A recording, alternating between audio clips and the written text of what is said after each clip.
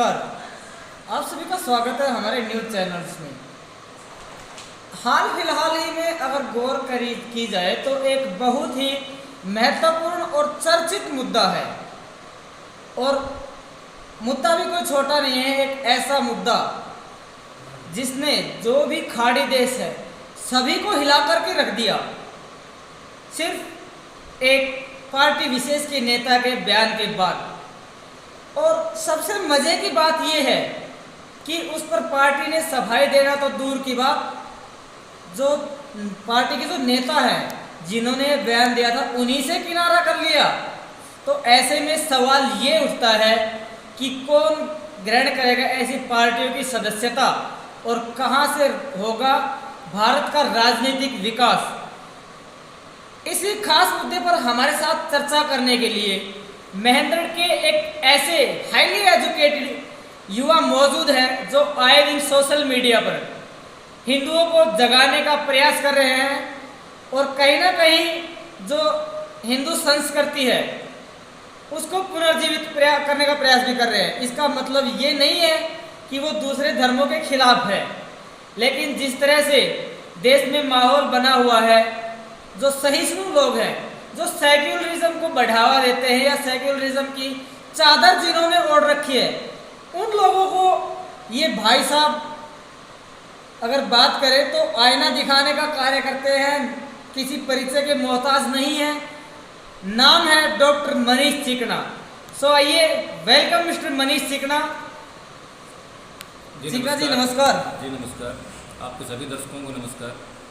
Sir सबसे पहले तो आपका स्वागत है हमारे न्यूज़ चैनल्स में। जी धन्यवाद। आए दिन हम देखते रहते हैं कि सोशल मीडिया पर आप लगभग 24 आवर्स बने ही रहते हैं, और जो सहिष्णु है जिन्होंने सेक्युलरिज्म की चादर ओढ़ रखी है या फिर जो ओढ़ने का प्रयास करते हैं, ऐसे लोगों को आप बेनकाब करने का कार्य करते हैं, और ऐसे लोगों को कहीं ना कहीं जो उनकी असलियत है वो भी आप जनता के सामने रख रहे हैं।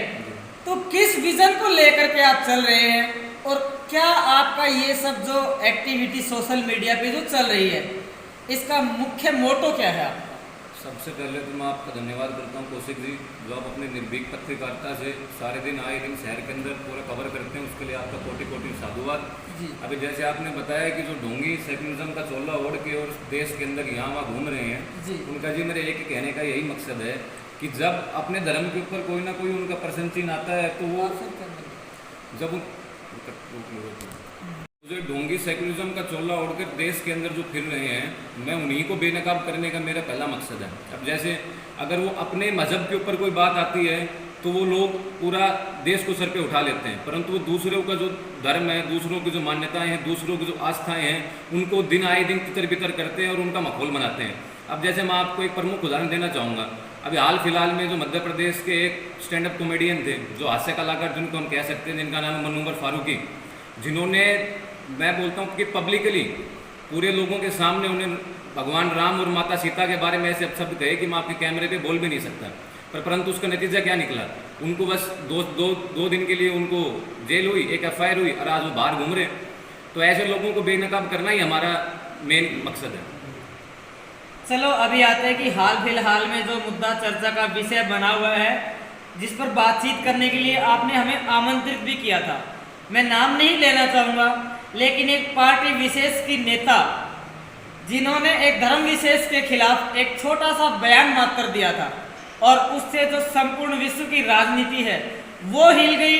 वो लोग जो सेक्युलरिज्म की चादर ओढ़ने की कोशिश करते हैं, दिखावा करते हैं कि हाँ हम सेक्युलर हैं, उन लोगों को पता नहीं, मुझे नहीं पता कि किस बात की मिर्ची लगी या उन्हें क्या तकलीफ हुई, लेकिन उन लोगों ने जो बवंडर किया, जिस तरह से विश्व पटल पर जो राजनीति है उसकी जो व्यवस्था है वो चरमराई। तो मुझे एक बात समझ में नहीं आई, और ये जो जितने भी ऑडियंस देखे ये भी अपनी सुझाव दें, और जो अपने आप को हिंदुस्तान की राजनीति में दिग्गज कहते हैं उनसे भी मेरा एक सवाल है, क्या सिर्फ एक धर्म विशेष ही ऐसा है जिसको टारगेट किया जाएगा? क्या सिर्फ एक धर्म विशेष ऐसा है जिसको हमेशा एडवोकेट किया जाता रहेगा? और अगर एडवोकेट किया जाता रहेगा तो आखिर कब तक? और एक धर्म विशेष को टारगेट किया जाता रहेगा तो आखिर कब तक? इस पर जवाब देंगे मनीष चिकना जी। अब कौशिक साहब, आप इतने मौजी इंसान हैं, आए दिन बाजार में समाज के अंदर बैठते हैं। अब आपने बताया कि एक पार्टी विशेष के, चलिए मैं उनका नाम ले देता हूँ। उनका नाम है भारतीय जनता पार्टी की पूर्व प्रवक्ता नुपुर शर्मा। नहीं, वो पूर्व प्रवक्ता बनेगी, पूर्व प्रवक्ता तो बाद में बने ना, पूर्व प्रवक्ता थे वो, उसके पीछे रीजन क्या रहा? उसी पे आ रहा हूँ बात को। उन्होंने हाल फिलहाल में नेशनल टीवी पे बयान दिया था प्रोफिट मोहम्मद के बारे में, जो इस्लाम धर्म के सबसे आखिरी पैगंबर हुए, उनके बारे में एक आपत्तिजनक बयान दिया था। मैं बीजेपी का सेवक होने के नाते, एक बहुत छोटा सेवक होने के नाते, मैं सबसे पहले ये स्पष्ट कर देना चाहता हूँ कि मैं इस बयान का पूर्णतः खंडन करता हूँ, क्योंकि हाँ जी, अब जैसे भारतीय जनता पार्टी की पूर्व प्रवक्ता नुपुर शर्मा ने जो नेशनल टीवी पे बयान दिया मोहम्मद पैगंबर के बारे में, वो आपत्तिजनक है। और मैं भारतीय जनता पार्टी का एक बहुत छोटा सा सेवक होने के नाते उसको पूर्णतः खंडित करता हूं और उसका प्रत्यक्ष अप्रत्यक्ष तौर पे कहीं भी समर्थन नहीं करता हूं।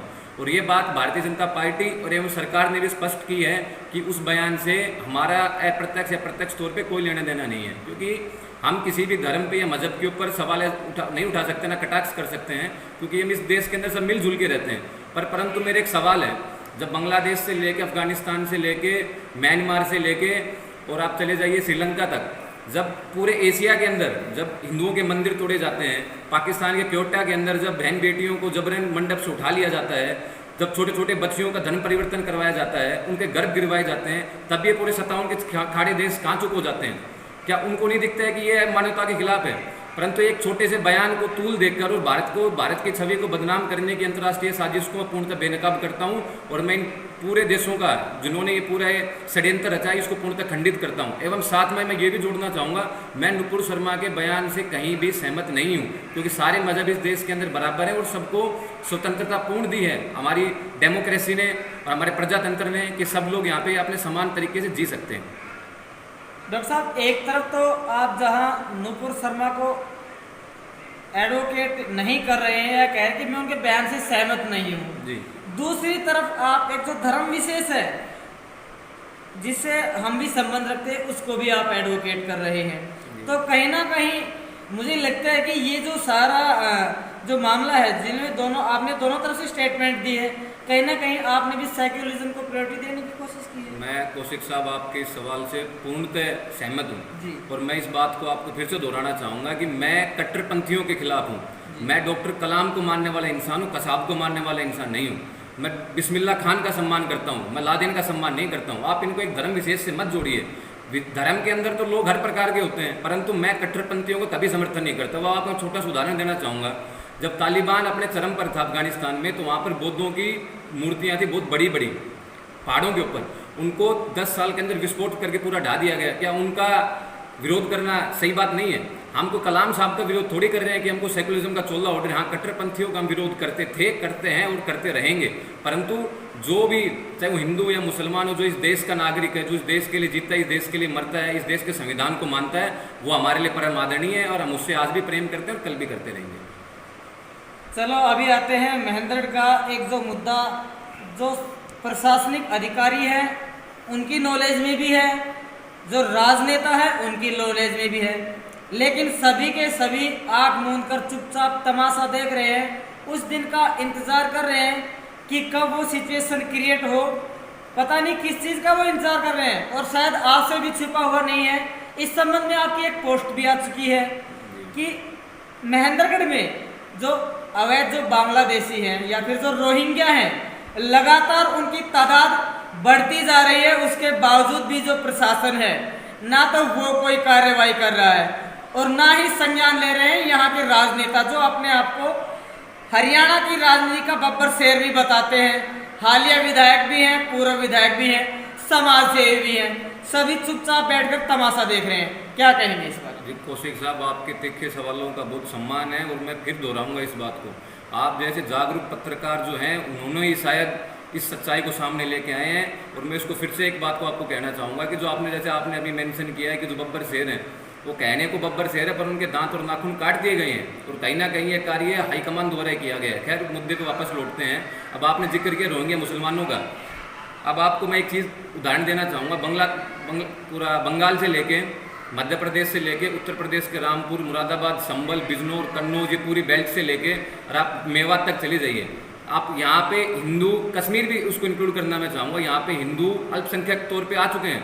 अभी कल ही बंगाल के अंदर और कानपुर के अंदर वो दंगे हुए थे, वहाँ पे हिंदू अभी अल्पसंख्यक बन चुके हैं। उनकी ना कोई उनके राइट रहे हैं, ना उनके कोई हक रहे हैं। अब उनको वहाँ पे दबाया जा रहा है, उनका शोषण किया जा रहा है। और यही चीज़ महेंद्रगढ़ में अगले 10 साल के अंदर सड़कों के ऊपर उभर के आ जाएगी। अब मैं आपको एक चीज़ और बताना चाहूँगा, अब यहाँ पे कई ऐसे मेरे प्रवासी मुसलमान मित्र हैं जिन्होंने मेरे को बताया कि उनके यहाँ पे 7,000 के वोटिंग कार्ड बन चुके हैं।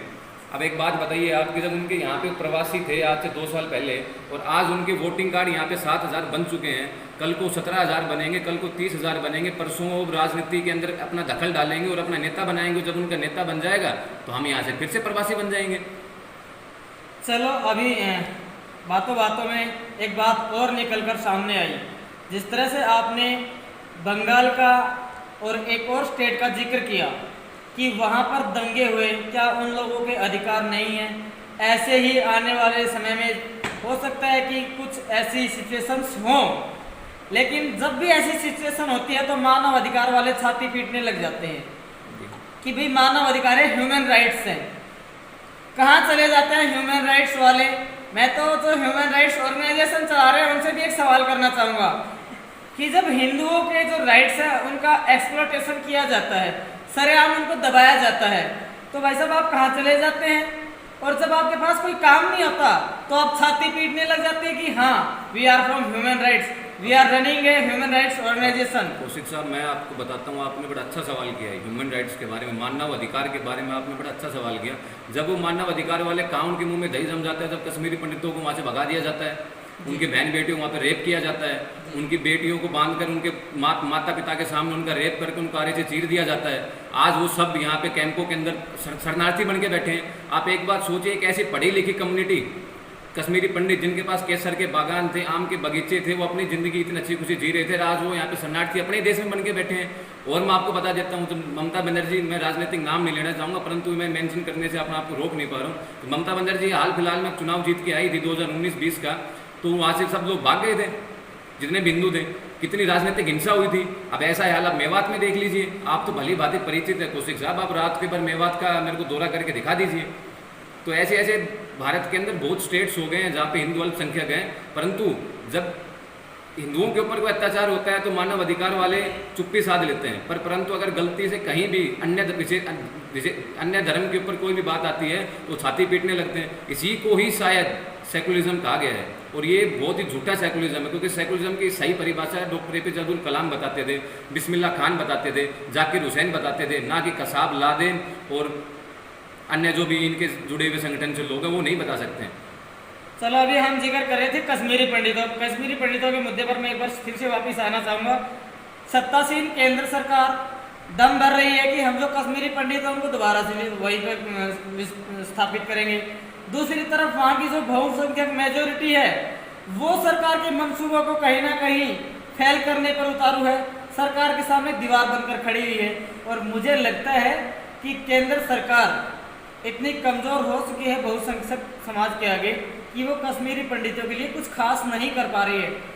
हालांकि अखबारों में स्टेटमेंट देने मात्र से कश्मीरी पंडित वहाँ पर दोबारा से स्थापित नहीं हो जाएंगे, उसके लिए बहुत कुछ करना पड़ेगा। इस मुद्दे पर क्या विचार है? क्या जी कौशिक साहब, बिल्कुल आपका सवाल फिर से सराहनीय है।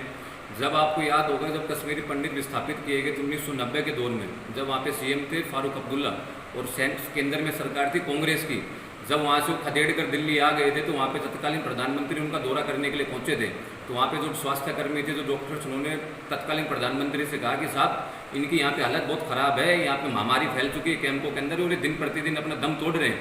तो उस समय के सबसे संवेदनशील बयानों में से एक बयान ये है कि तत्काल प्रधानमंत्री ने कहा कि ये लोग तो सर्दी में रहने के आदी हैं और गर्मी में आएंगे तो बीमार पड़ेंगे। आप एक बात सोच के देखिए कि अपने ही देश के नागरिक, सम्मानित नागरिक, और अब अपने देश में शरणार्थी बन जाएं और तत्कालीन प्रधानमंत्री एक ऐसा असंवेदनशील बयान दें, तो आप कल्पना कर सकते हैं उनकी हालत कैसी होगी। अब मैं आपको ज़्यादा दूर नहीं लेके जाऊंगा, 2014 से पहले जब ये आम चुनाव होने वाले थे तो डॉक्टर मनमोहन सिंह का बयान आप गूगल करके निकाल लीजिए, मैं आपको दर्शकों से कहना चाहूँगा। उन्होंने साफ बयान दिया था कि देश के पहले संसाधनों पर हक मुसलमानों का है। जी बिल्कुल मानते हैं इस बात को। और रही बात कश्मीरी पंडितों को वहाँ पे स्थापित करने की, तो मोदी सरकार ने इसके लिए बहुत प्रयास किए हैं, और दूसरा उनके लिए वहाँ पे नौकरी के अंदर भी रिजर्वेशन की उन्होंने व्यवस्था की है। परंतु आप क्या ये बिल्कुल कटु सत्य है कि वो वहाँ पे स्थापित नहीं हो पा रहे। हाल फिलहाल में उनको जम्मू जाना पड़ गया है, क्योंकि वहाँ पे टारगेटिंग किलिंग्स चल रही हैं, चुन चुन के हिंदुओं को मारा जा रहा है। जैसे रवि कुमार को मारा, और एक मैनेजर थे राजस्थान के, उनको मारा। तो हम इस बात की आलोचना करते हुए मोदी सरकार पर दबाव बनाते हैं कि जल्द से जल्द उनको वहाँ पे स्थापित किया जाए, उनको पुनर्वास की पूरी व्यवस्था की जाए। चलो ये तो रही राष्ट्रीय स्तर की बातें, और अभी हम अगर अपने लोकेलिटी की बात कर ले, महेंद्रगढ़ विधानसभा की बात कर ले, तो महेंद्रगढ़ विधानसभा में भी काफ़ी ऐसे मुद्दे हैं जिन पर प्रशासन के साथ साथ जो राजनीतिक जो हस्तियां हैं वो भी चुपचाप तमाशा देख रही है। पिछले काफ़ी समय से जिस तरह से दुष्यंत चौटाला जी यहाँ आए, उसके बाद दुकानदारों की जो दुकानें हैं वो उजाड़ी गई। उसके बाद भी एक से एक बड़े राजनेता, समाज सेवी सभी ने अपनी उपस्थिति दर्ज करवाई, लेकिन आज भी उन लोगों की कोई सुनवाई नहीं हो रही है। हालांकि सरकार के एक कैबिनेट मंत्री हाल फिलहाल ही में यहाँ पर एक जो चुनाव कार्यालय है उसका उद्घाटन करने के लिए पहुंचे थे। एक साथी पत्रकार ने जब उनसे इस संबंध में सवाल पूछना चाहा तो उन्होंने वो मीडिया को ही छोड़कर भाग गए। उन्होंने सवाल देना, उनका जवाब देना भी जरूरी नहीं समझे। तो मैं सबसे पहले आपको बताना चाहूँगा कि अतिक्रमण किसी भी हालत में बर्दाश्त नहीं किया जाएगा, चाहे वो शहर के किसी भी कोने में हो। परंतु ये प्रशासन की लापरवाही रही है कि अगर अतिक्रमण वहाँ पे था, एक बात को लेकर मान लिया भी जाए, तो उनको पहले नोटिस देना, अग्रिम नोटिस देना चाहिए था, और नोटिस देने के बाद में दुकानदारों को कहीं ना कहीं उनके रोजगार की व्यवस्था करनी चाहिए थी। अगर प्रशासन अचानक रात में बुलडोजर लेके पहुंच जाएगा और इतने लोगों के पेट पे लात मार देगा, तो इसका कहीं से भी उचित इसको ठहराया नहीं जा सकता है।